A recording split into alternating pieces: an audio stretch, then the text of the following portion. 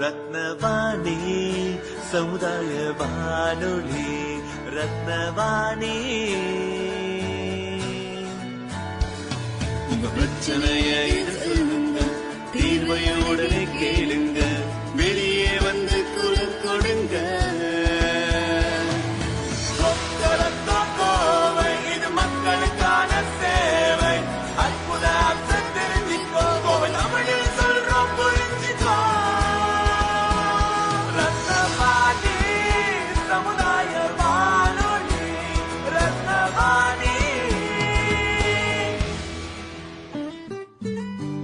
ரத்னவாணி 90.8 சமுதாய வானொலி ஒலிபரப்பு கோவை ஈச்சனாரி ரத்தினம் கல்லூரி வளாகத்தில் இருந்து ஒலிபரப்பாகிறது.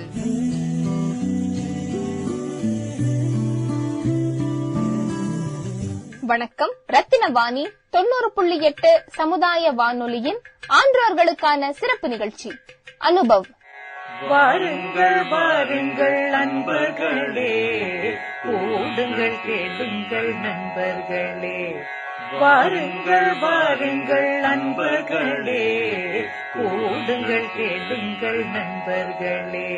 இளமையில் நாம் செய்ய நினைத்ததை முதுமையில் செய்ய இயலுமே என்று.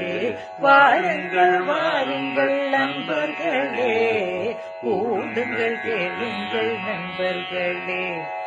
ஒன்றாய் கூடி சிந்திப்போம், கேட்போம், மகிழ்வோம். சிந்திப்போம், கேட்போம், மகிழ்வோம். இந்திய அரசாங்கத்தின் அறிவியல் மற்றும் தொழில்நுட்பத்துறை என்னும் டிபார்ட்மெண்ட் ஆஃப் சயின்ஸ் அண்ட் டெக்னாலஜியால் நிறுவப்பட்ட விக்யான் பிரசார் என்னும் துறை மற்றும் அழகப்பா பல்கலைக்கழகம் இணைந்து வழங்கும் 60 வயதிற்கும் மேற்பட்ட ஆன்றோர்களை உள்ளிணைக்கும் புதுமையான சமுதாய வானொலி நிகழ்ச்சி அனுபவ்.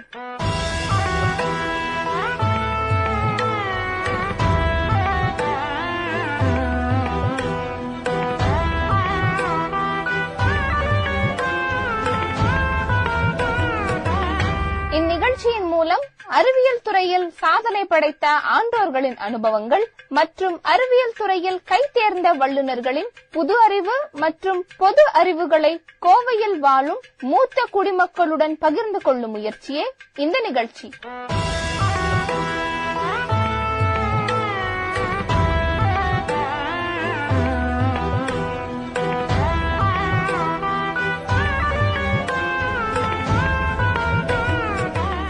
இன்றைக்கு நம்முடன் இணைந்திருக்கும் சிறப்பு விருந்தினர் central institute of cotton research என்னும் பல்கலைக்கழகத்தின் பிரின்சிபல் சயின்டிஸ்ட் திருமதி எஸ் உஷாராணி அவர்கள் இன்னைக்கு நம்ம கூட இணைஞ்சிருக்காங்க. அம்மா வணக்கம். அம்மா வணக்கம். இன்னைக்கு உங்க கூட நேர்காணல் செய்வதற்காக அணு உலை நிபுணர் வல்லுநர் இணைந்திருக்காங்க. அவங்களுடைய வினாக்களை நாம இப்ப கேட்கலாங்கம்மா.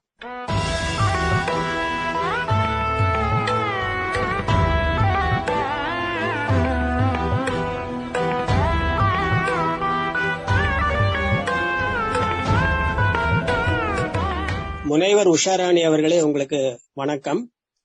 வணக்கம் சார். உங்களை பொறுத்த மட்டும் நீங்க பருத்தி ஆராய்ச்சியில அதிகமா பணிபுரிந்துட்டு இருக்கீங்க. கிட்டத்தட்ட 21 ஆண்டுகள் பணிபுரிந்ததாக தெரிகிறது. அது இந்திய வேளாண் ஆராய்ச்சி மாமன்றத்தை சேர்ந்துள்ள பருத்தி ஆராய்ச்சி மைய நிறுவனம் கோயம்புத்தூர்ல இருக்கிறது. அதில் நீங்கள் பிரின்சிபல் சயின்டிஸ்ட் சொல்லக்கூடிய பிரதான விஞ்ஞானியாக இருப்பதை அறிந்து மிகவும் மகிழ்கிறேன். முதல்ல எல்லாருக்கும் உங்களை பத்தி நல்லா தெரிஞ்சுக்கணுங்கிறதுனால சிறு பிராயத்திலிருந்தே ஒவ்வொருத்தருடைய கல்வி அமைப்பை சார்ந்து அவரவர்கள் கனவு நனவாவதாக இருக்கிறது. நீங்கள் பள்ளி அமைப்பு எந்த ஊரில் பிறந்தீர்கள், எந்தெந்த பள்ளி, மேல்நிலை பள்ளி மற்றும் இளநிலை வேளாண் பட்டத்திலிருந்து ஆரம்பித்து உங்களுடைய முனைவர் பட்டம் வரைக்கும் என்ன செய்தீர்கள் என்பதை கூறவும். என்னுடைய ஊர் திருவண்ணாமலை மாவட்டத்தில் உள்ள ஆரணி என்பது. நான் அந்த ஊரில் தான் பிறந்தேன். நான் அந்த ஊரில் உள்ள சென்ட் ஜோசப்ஸ் கான்வென்ட் என்ற பள்ளியில் என்னுடைய 10th ஸ்டாண்டர்ட் வரலும் நான் அந்த பள்ளியில் நான் படித்தேன். அதற்கு பிறகு அந்த ஆரணியில் உள்ள அரசினர் பெண்கள் மேல்நிலை பள்ளியில என்னுடைய +1 +2 வகுப்பினை நான் முடித்தேன். என்னுடைய கனவு எல்லாம் ஒரு MBBS மருத்துவராக வேண்டும் என்பதுதான். ஆனால் என்னுடைய மதிப்பெண்கள் போதாத சூழ்நிலையில் அடுத்தபடியாக நான் இந்த BSc விவசாயம் இளநிலை பட்டத்துல தமிழ்நாடு வேளாண்மை பல்கலைக்கழகத்துல உள்ள கோயம்புத்தூர் கேம்பஸ்ல நான் இணைந்தேன். 1991 ஆண்டு நவம்பர் மாதத்திலிருந்து 1995 ஆண்டு டிசம்பர் மாதம் வரை என்னுடைய இளநிலை படிப்பை நான் கோயம்புத்தூரில் படித்தேன். அதற்கு பின்பாக 1996 98 வரை அதே பல்கலைக்கழகத்தில் என்னுடைய முதுநிலை பட்டத்தை MSc அக்ரிகல்ச்சர் எக்ஸ்டென்ஷன் வேளாண் விரிவாக்கத்துறையில் நான் முடித்தேன். அதற்கடுத்து அதே வேளாண் விரிவாக்கத்துறையில் தான் முனைவருக்கான ஆராய்ச்சி பட்டத்தையும் செய்தீர்கள் என்பது நான் அறிகிறேன். ஆக வேளாண் விரிவாக்கத்துறை என்பது என் போன்ற சாதாரண மனிதர்களுக்கு புரிந்து கொள்வதற்கு மிகவும் எளிதாக இல்லை. நாங்கள் சாதாரண மனிதர்களும் புரிந்து கொள்ள வேளாண் விரிவாக்கம் என்றால் என்ன என்று கூறவும். வேளாண் விரிவாக்கம் என்பது வேளாண் பல்கலைக்கழகத்திலும் வேளாண் ஆராய்ச்சி நிறுவனங்களிலும் இருக்கிற ஒரு முக்கியமான துறையாகும். வேளாண் பல்கலைக்கழகத்திலும் வேளாண் ஆராய்ச்சி நிறுவனங்களிலும் நிறைய ஆராய்ச்சிகள் மேற்கொள்ளப்படுகிறது. அதன் நிமித்தமாக நிறைய தொழில்நுட்பங்கள் கண்டுபிடிக்கப்படுகின்றன. இந்த தொழில்நுட்பங்கள் எல்லாம் விவசாயிகளை சென்று சேரணும், பயனாளிகளை சென்று சேரணும்னா அதற்கு சில யுத்திகள் நாம் கண்டறிய வேண்டும். அப்படிப்பட்ட யுத்திகளை கண்டறிகிற ஒரு துறை தான் இந்த வேளாண் விரிவாக்கத்துறை.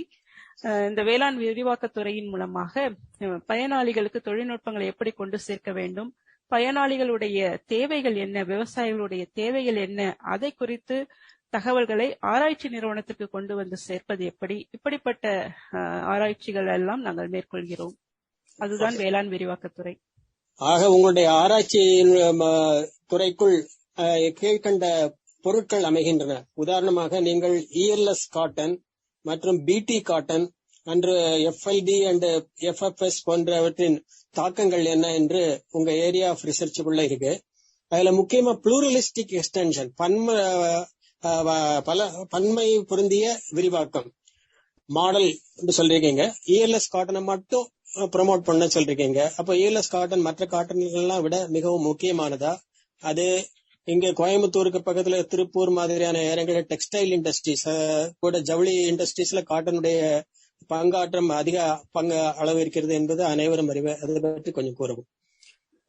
இந்த பருத்தி சாகுபடியை பொறுத்தவரை பருத்தி ஏறக்குறைய 4 இனங்கள் நம்மளுடைய நாட்டில் பருத்தி அதிகமாக சாகுபடி செய்யப்படுகிறது. ஒன்று ஆசிய வகை பருத்தி, அது காசிபியம் ஹெர்பேஷியம், காசிபியம் அர்போரியம் சொல்லுவாங்க, அது ஆசிய வகை பருத்தி.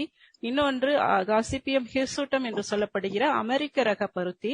இன்னொன்று எகிப்திய ரக பருத்தி, காசிபியம் பார்படன்ஸ் அப்படின்னு சொல்லுவாங்க. அந்த வகை பருத்தி தான் இந்த நீண்ட இடை பருத்தி. இந்த நீண்ட இடை பருத்தியினுடைய தன்மை என்னவென்றால் இது மிக தரமான ஆடைகளை தயாரிக்க உதவும் ஒரு பருத்தி ரகம். இந்த பருத்தி பருத்தியை பொறுத்தவரை நம் நாட்டில் பருத்தி சாகுபடி பரப்பளவில் நாம் முதலாவது இடத்தில் உலக அளவில் இருக்கிறோம்.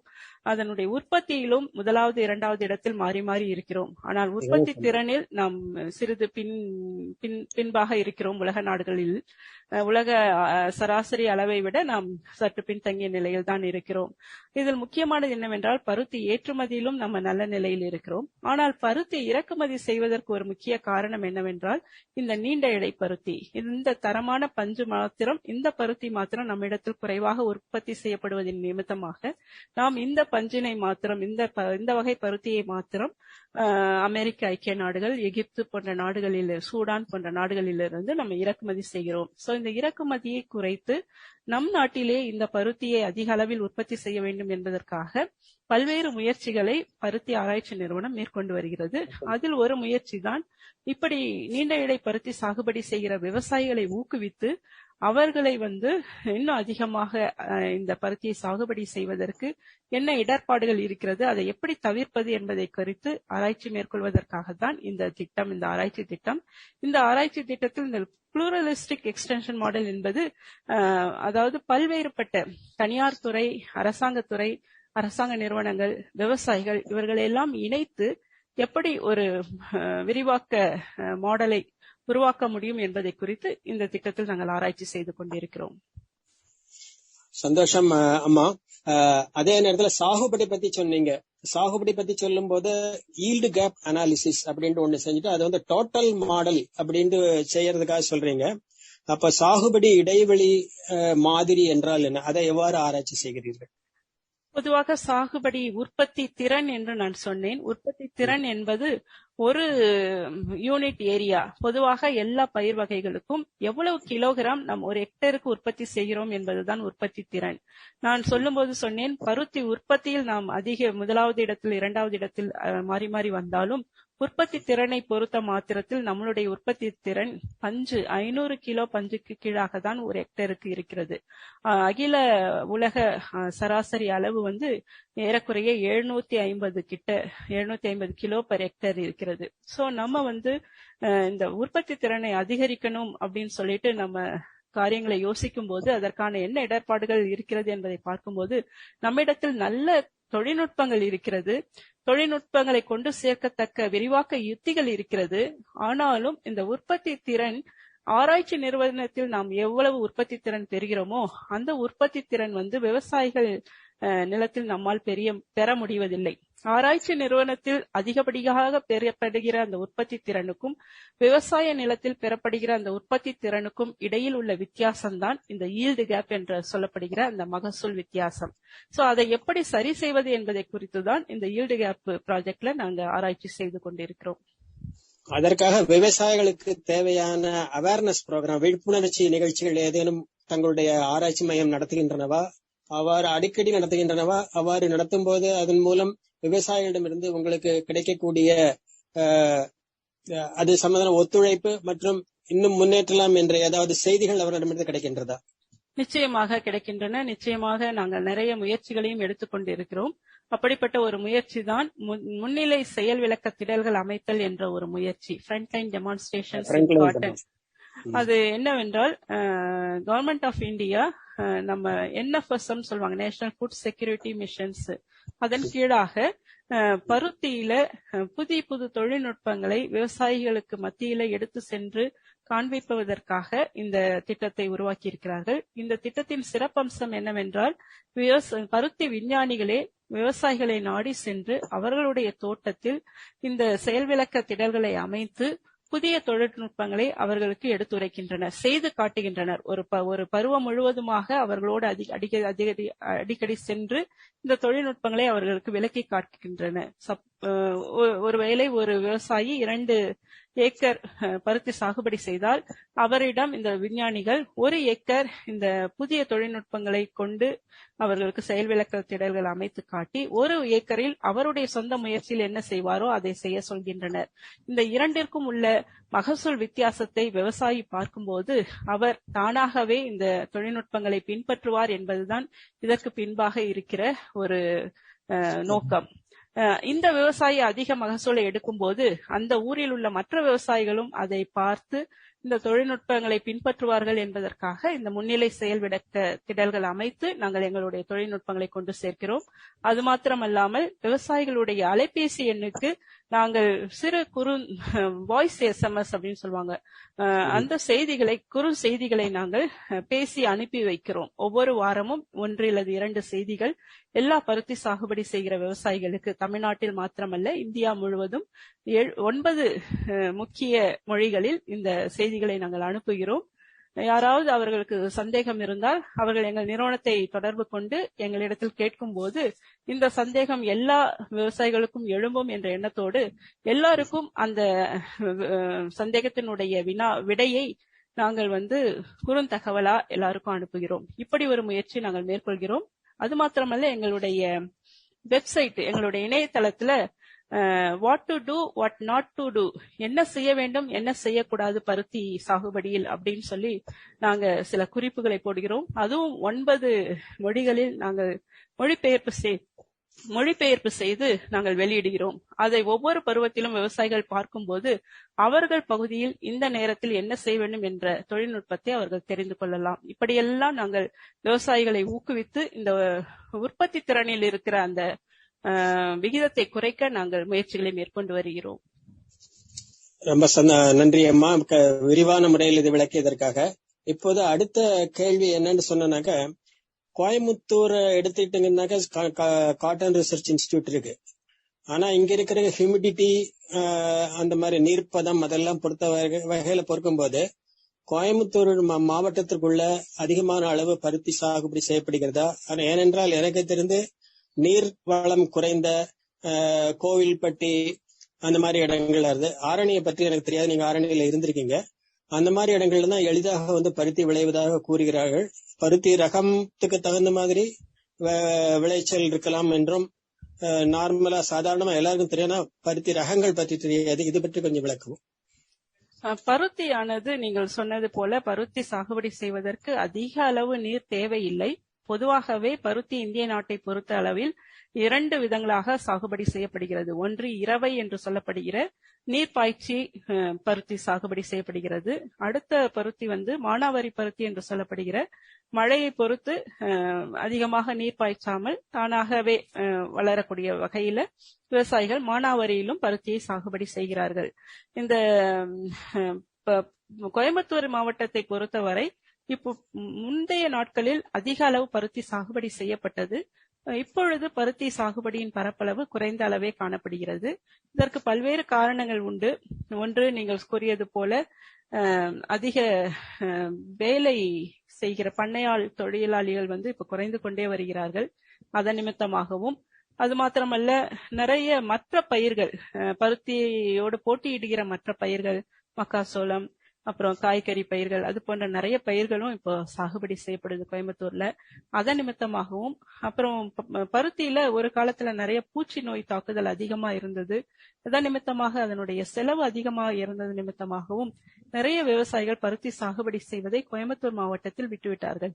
ஆனால் பருத்தியானது மற்ற மாவட்டங்களில் நீங்கள் சொன்னது போல மானாவாரி பயிராக மற்ற மாவட்டங்களில் கோவில்பட்டி, அதிகமாக பெரம்பலூர் மாவட்டத்துல அதிக அளவு தமிழ்நாட்டுல சாகுபடி செய்யப்படுது.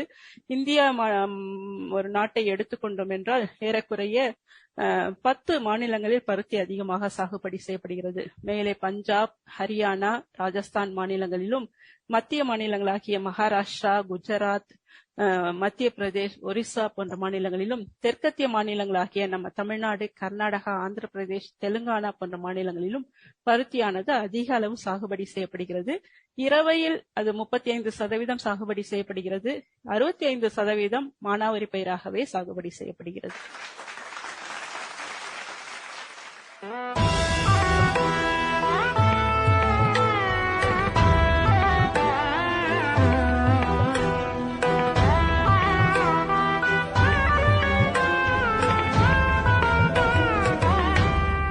இந்திய அரசாங்கத்தின் அறிவியல் மற்றும் தொழில்நுட்பத்துறை என்னும் டிபார்ட்மெண்ட் ஆஃப் சயின்ஸ் அண்ட் டெக்னாலஜியால் நிறுவப்பட்ட விக்யான் பிரசார் என்னும் துறை மற்றும் அழகப்பா பல்கலைக்கழகம் இணைந்து வழங்கும் 60 வயதிற்கும் மேற்பட்ட ஆன்றோர்களை உள்ளிணைக்கும் புதுமையான சமுதாய வானொலி நிகழ்ச்சி அனுபவ் என்னும் இந்நிகழ்ச்சியின் அடுத்த அத்தியாயத்தில் உங்களை சந்திக்கிறோம்.